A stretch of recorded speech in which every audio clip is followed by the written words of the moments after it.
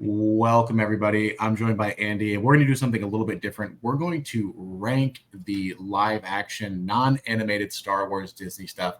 I know some people hate them. We have mixed feelings, but we're filming this right before episode 7 of Ahsoka, and both of us are enjoying the ride quite a bit. So we thought, what if we take a little time and reflect back on all of the shows and kind of put them in chronological order? So, as a reminder, there has been 5 so far. There's been Andor, Mandalorian, Ahsoka, Obi-Wan, and the Book of Boba Fett. So, I'm sure everyone can kind of put their own list together. I think our list is probably going to be similar to many people's. But Andy, do you want to start off? What's in last place for you? Place number 5. Book of Boba Fett, for sure. It's like a pretty easy one there. Yeah, I mean, Book of Boba Fett it's fine. Like, I don't think it's a terrible product, but it's just, I don't think it was needed. I don't really think it didn't add any value. And I was also remembering the guy who plays Boba Fett is kind of a bad actor. He's like the clone trooper like model. Yeah, I think the thing for me is like Boba Fett always had this kind of like mystique or like allure of like he's the greatest bounty hunter in the universe or something, right? And like in this one he just kind of seems like a bumbling idiot a little bit. Yeah, I think that one, I don't know if it's a story that needs to be told. I think like that's one of the points I go to. Like, did that story need to be told of like Bib Fortuna becoming the new Jabba the Hutt and being displaced rather quickly? I just don't know if it was like a necessary story in this huge universe of all these interesting characters. Like, probably didn't need to have that 8 episode or whatever, 7 hours, 7.5 hours of TV. Yeah, and then halfway through it, it's just like here's 2 more random episodes of The Mandalorian. Yes, yeah, which was probably the best part of it, I guess. Right, is like the exactly. Pedro Pascal is just magnetic. Okay, so that's last place. I think that's probably last place for a lot of folks. Number 4. I think we're going to differ here a little bit, but number 4 for me is The Mandalorian. I thought, there's just been like some weak episodes that felt like they crippled seasons to me. Like season 3 had some pretty forgettable episodes.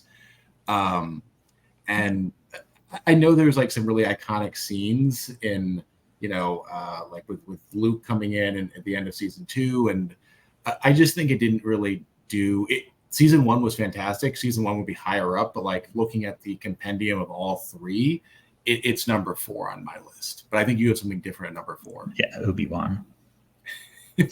easy Obi-Wan. That like it just felt like I didn't really care about Obi-Wan. Like it just like I don't know, like the whole stuff with like the Inquisitors was kind of like it just felt a lot of like, oh, like Obi-Wan, you're supposed to stay here and watch Luke.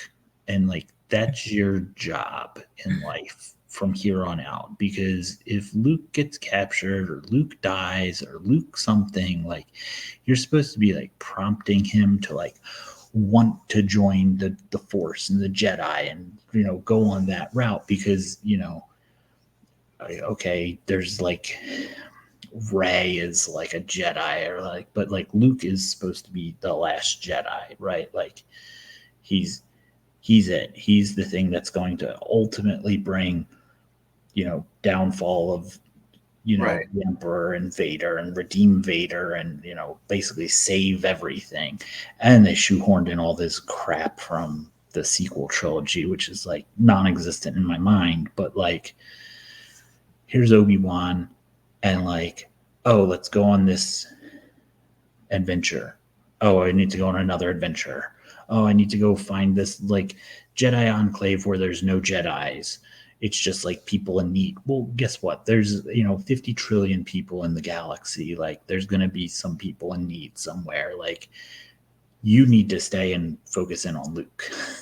Yeah, so I agree with it. I think for me, it just produced one of the moments that felt iconic to me in the Darth Vader Obi-Wan like confrontation, like that to me just felt like a top 5 Star Wars moment for me, perhaps, right? And it kind of like felt like some closure for the characters. And maybe not everyone liked it, but for me, I was like, that was a really nice scene, and maybe that made the entire miniseries worth it. Yeah, I actually take a counterpoint to that. I think it was a terrible decision to have them like it just removes the entire it just cuts all of episode 4 out from under its feet. Like the whole point is like Vader was, even when you watch just A New Hope, like if you've never seen it, like Vader was the person that killed Anakin Skywalker, who was Obi-Wan's, friend from the Clone Wars. Obviously, they've expanded on that part, but like Obi-Wan is going and he meets up with Vader, and Obi-Wan at that point, like nobody's heard of Yoda, right? Because that's an Empire, right? Luke hasn't joined the Jedi. It's like Obi-Wan is the last Jedi at that point, and like here's the like showdown between Vader and Obi-Wan, and when I last met you, I was the learner, now I'm the master, and all that stuff. And it's like, yeah, but you just met like 6 years ago, and you like kicked the crap out of Obi-Wan. Yeah. And then Obi-Wan, then you met him again like 3 days later on a different planet. And he beat you. And then you just retread the whole, like, I cut your mask open so I can see, which they did in Rebels, which was kind of cool in Rebels when like Ahsoka did it on Malachor. But then like, okay, you just did that again. That's bizarre. That's weird. Like one of my favorite like random like editing points is I think Obi-Wan refers to Vader as Darth, like it's his first name. And so they have to like retcon that essentially, where it's like, no, he always calls him Darth. Even though that's like a ceremonial title kind of thing. He's like, oh, Darth. Like, right. It's kind of goofy. Yeah, I mean, the things that I thought were cool in the Obi-Wan show was like, it's really like you see people like in different things like try to pull a ship out of space with the Force, like that is hard. And Vader's just like, yep, pull it down. Like, damn, you're really strong. I think the thing I liked about Obi-Wan is it did a little more universe building, which I think the shows have done. Like, it's just, here's what it's like to work on whatever he's doing at the beginning. He's like working as like I don't know, like a butcher or something. Like, I kind of like seeing the non-sexy sides of the Star Wars universe, because it reminds me that there's 50 trillion people, right? And most of them are living in poverty properly. Yeah, right? But I don't need that. I don't need the butcher to beat Obi-Wan Kenobi. Yes. Yeah, maybe that's also it. You don't need to like humiliate your characters. Okay, but let's move on to 3. So 3 is Obi-Wan for me, but I think The Mandalorian is 3 for you. Is that correct?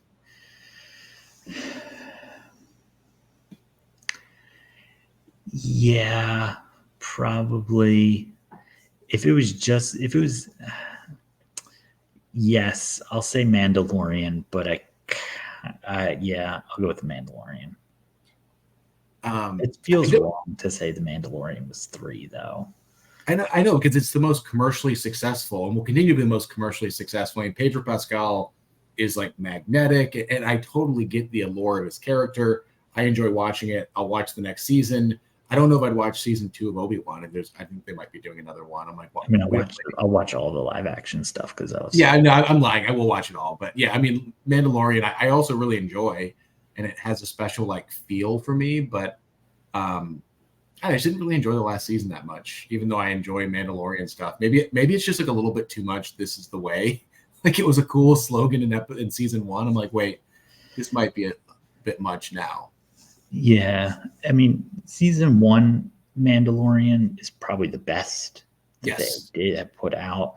Season 2, there's like episodes that I really like, and I like that they like expand on some of the lore of like the dark saber and stuff. Although it just feels like a MacGuffin. Like, we got to get the dark saber, right? Like, and you don't really need the dark saber. Like, I like some of the Mandalorian aspects of it, putting it within the context of The Last Jedi being released right around the same time, or maybe like 6 months earlier or something. And like, how they just like, I hate The Last Jedi. Just, I know you don't really hate The Last Jedi, I think, but man, I really just despise, I despise all of the sequels. I think they're all absolute trash. Episode 9 is the worst, whatever it's called, The Force Awakens again or something. The Rise of Skywalker, yeah. It's just terrible. But like, you put it in the context of The Last Jedi, like, it's funny, like probably and it's weird to say that I hate all of the sequels, because probably like one of my favorite just like overall scenes within Star Wars is the very end of episode 7 when Rey shows up and like Luke turns around and you're like, oh my God, that's Luke Skywalker. Like, right. You're sitting in the theater and it's like, I don't know, Jesus showed up in front of you and you're just like, oh, that's Luke Skywalker. Like, oh my gosh. Right. And like, but then like they just like destroyed his character in The Last Jedi. Right. I hated it.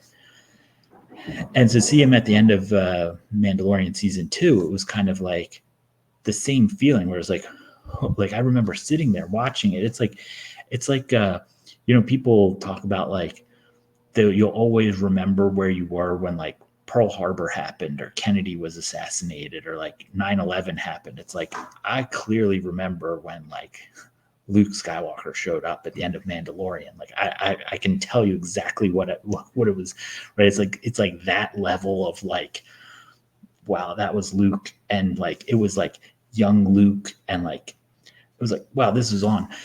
It's season 3. I do want more like prime Luke, like Luke in his prime, because we got enough old Luke and cranky Luke. Like, yeah, that was so cool to see him. This is a fully trained Jedi Knight who's, like that was cool. That was a very cool scene. Yeah, but like season 3 of The Mandalorian, just there's some stuff that I really liked about it, like, but there was just the other stuff that was just like, okay, let's get on with it. Like, oh, Grogu's back. Okay, he's funny, but he doesn't really do anything ever, right? Like, and it's like, oh, great, IG-11's back, but he's not. Most he's overpowered droid of all time. It's just like a droid for Grogu to walk around. Like, it's like, okay. And then it's like, oh, Moff Gideon has Beskar armor stormtroopers. Okay. Yeah, great. Yes, it was a bit of a retread, right? But let's keep moving on our list here, because I think we got 2 more here. And for me, these are interchangeable, but I think in second place is going to be Andor for me. And Andor is an incredible show that I recommend to non-Star Wars folks all the time, because I think it is very watchable just as a spy thriller. And it's remarkable also because it doesn't have a single Skywalker and it doesn't have a single, I don't think it has a Force user. There's like no Force. There's nothing. Yeah, which is incredible, right? It's this universe that's shaped around this idea of the Force, and it's not there. This is just sort of a spy thriller that's told in sort of 3 good, crisp arcs. It's also everyone went in with like no expectations. Like, oh, this is being made. That's a funny one. The guy from Rogue One. I mean, Rogue One's also a great movie, I'll say, but Rogue One's my favorite. What probably might be my favorite Star Wars movie. Well, Empire is, but yeah, but Rogue One is for 2. But like, you just didn't. Like, no one would have sat down like, that guy from Rogue One needs to have this. I would have thought the female lead, I'm forgetting her name, from Rogue One, like, I would have thought she got a show before he did. But Andor is just spectacular. I really enjoy it. I recommend it to non-Star Wars folks. I mean, that's sort of like the litmus test. Could you have a normie watch it? And I think Andor is watchable by, everybody, girls, wives, partners, buddies. Like, Andor is just a good show. Yeah, I'll say that the last 2 are probably interchangeable for me, with like a little asterisk on that one, that Ahsoka is not done yet. Yeah. So like, there's either like if Ahsoka just finishes out like on the same constant that it's been on, it's gonna stay interchangeable. it could just get like really much better, like, and you're just like blown away, and you're just like, this is probably the best Star Wars of like all time, right? And then, or it kind of like wanes off in the last couple episodes, and you're just like, okay, Andor was better, right? So for me, there's like that asterisk on it. Andor, I went in, talking about like not really having expectations. I went in was like, well, I know how he dies, right? Like he gets blown up by the Death Star on Scarif. This is not like, so this is a terminal story, right? There's only so much to tell. Like kind of hard to have a like suspenseful spy thriller. What's going to happen to Andor when I know he lives? So it's like it kind of took some of that out for me. And, I don't want to say my expectations were subverted by any means. Like it was a good spy thriller. I actually liked the stuff with Mon Mothma a lot better than, well, I'll put it like this. I don't know if anybody, I'm assuming you saw Picard season 3. Mm-hmm. And in that show, like it's 10 episodes, and it is a tangent to it, but like Picard season 3 is 10 episodes. The first like 4 episodes or 5 episodes of Picard season 3 are just like phenomenal, right? They're just like so good. And I felt that way with Andor, where like all the stuff they were doing on Aldhani with like the heist of like the money out of the Imperial vault, and like that was all like really, really good. Like I loved that arc within Andor. Once it got back to like, hey, we're back on Ferrix and your mom's sick and stuff, it was kind of like, it's good, but I really liked the first part of the story a lot better. Same with Picard. It's like, I really liked all the stuff you were doing there. This other stuff's kind of like, it's good, but it's, and so I felt like I have kind of like mixed feelings on Andor in that regard. Like some of the, like, there's stuff that I loved, and some stuff that was just kind of whatever. Yeah, I mean, I do love the sort of heist. I love a good heist in any show. I think it's fun to assemble the crew, and you meet like the cranky veteran, the upstart kid, the pilot, the weapons expert. It's like Ocean's 11 kind of. Exactly, that's all I want. I just want George Clooney and Brad Pitt and right. I mean, I will also say I really enjoyed the prison sequence in Andor. I thought like seeing an Imperial prison was just like mind blowing for me, because it became very real. And also the Imperial bureaucracy, right? Like seeing the ISB around this white table and sort of their politics. I just thought it was really good world building, and it was a story that I wouldn't have said needed to be told, but I'm like, no, I'm so glad we learned about the secret police in the Empire. Same. Because frankly, like once they got off Aldhani, like, yeah, there was cool stuff going on in the Imperial prison, but I didn't really care for any of the stuff that was going on in Ferrix. Yeah, I think that's right. So like all the Mon Mothma stuff became like really interesting to me. Like I will also say I appreciate this is why Empire is my favorite movie. Is I appreciate the Star Wars that gives us the Empire being competent, because I think A New Hope, you're just like, these guys are terrible. Like they're like not very good at being supposedly the most powerful military force in the world by like a magnitude. And there's like, no, hold on. They're going to let like 20 X-Wings in and blow up their like entire, like it just feels like the stormtroopers can't shoot straight. Like there's no like, besides Vader, everyone's like pretty weak.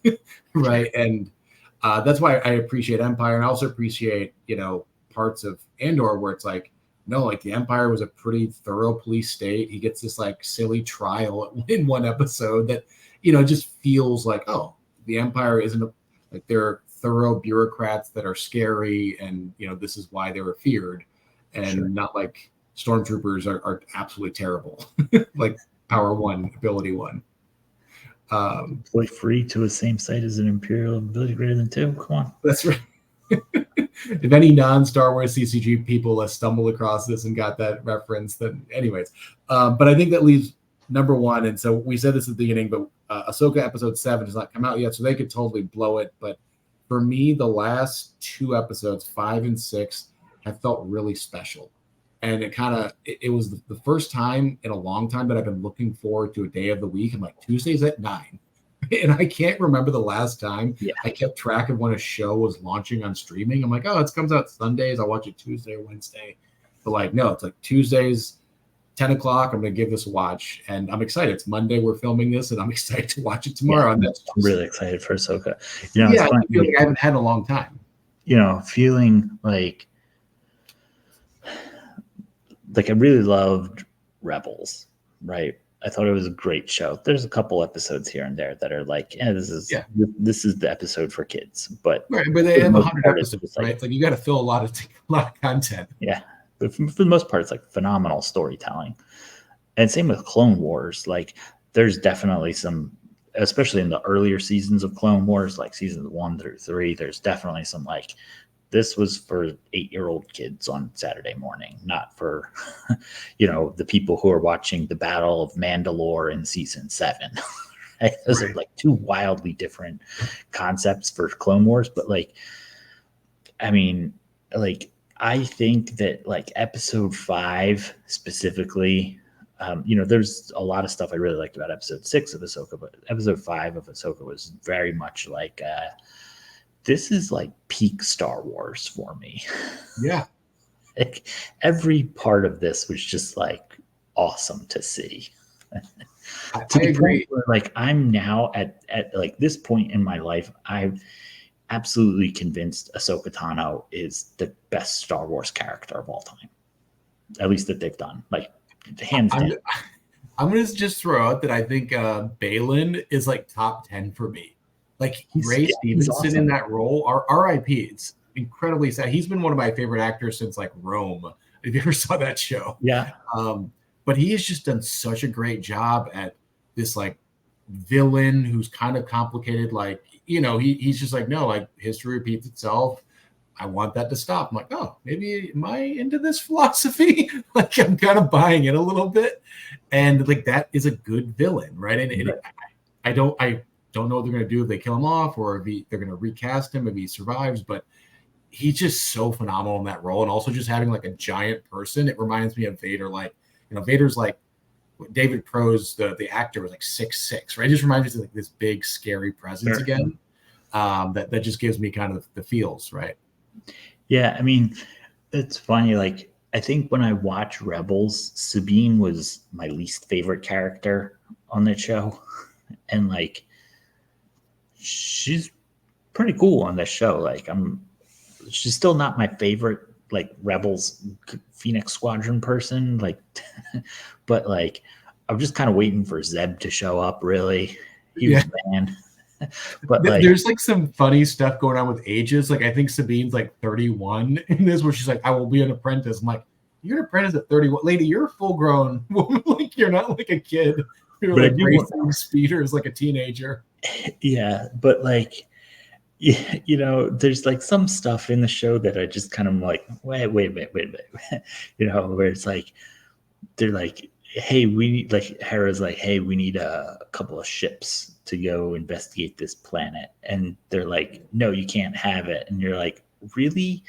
Because we literally just arrested an entire company worth of Imperial like people on Coruscant or on Corellia who are building a hyperspace ring that's going over here so they can go do something, and we were attacked by an Inquisitor. Like, that's not enough proof that like you lost a brand new starship in the first like scene because of two. Like, wouldn't this be like, all right, we can spare 10 X-wings, right? It's like a pretty minimal investment.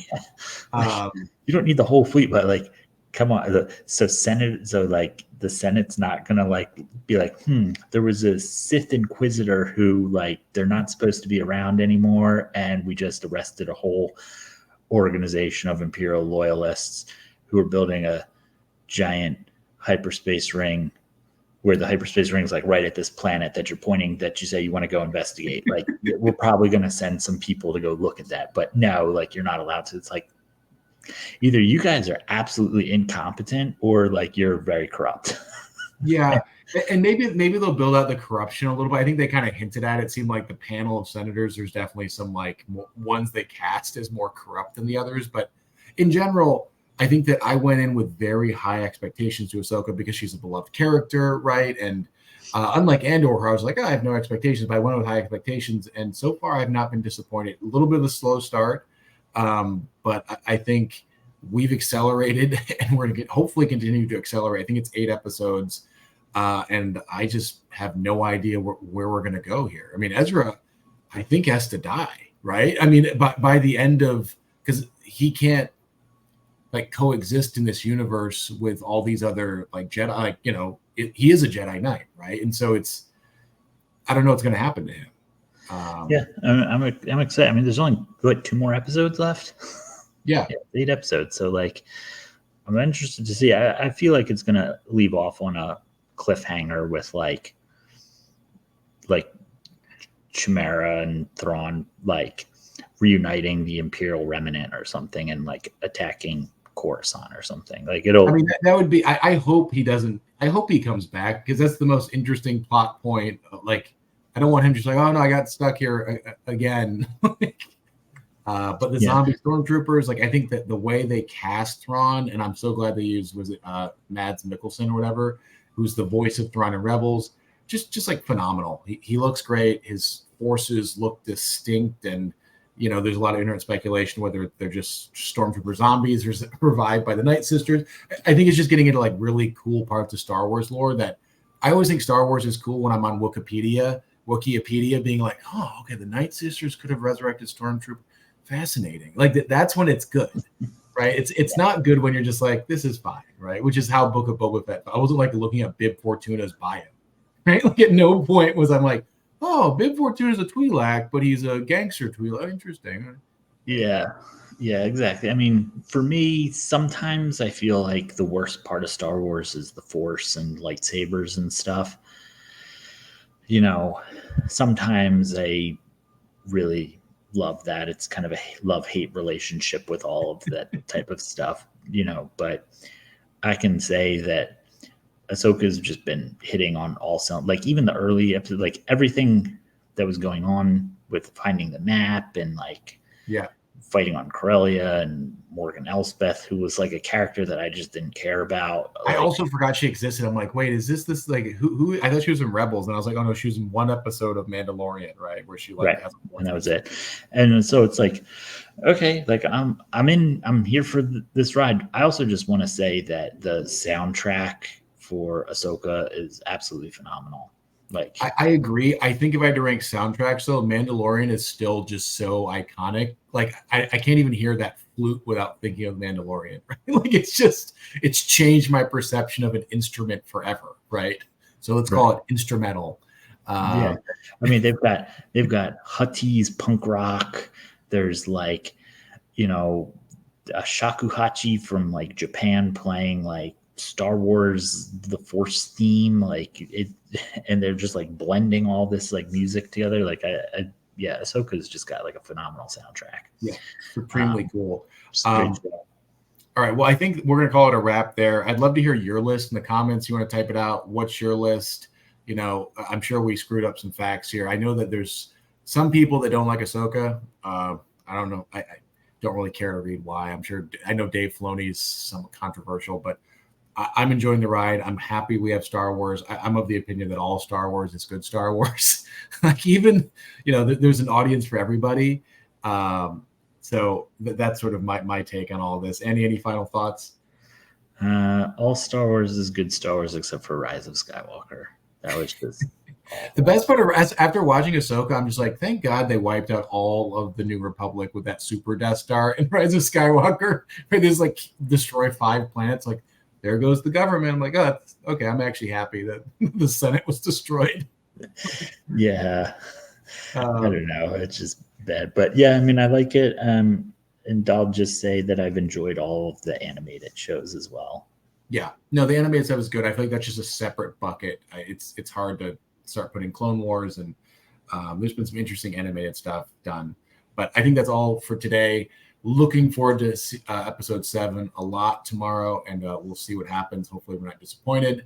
Maybe we'll do a wrap up of Ahsoka when it's all said and done, but that's all for today. Thanks for tuning in.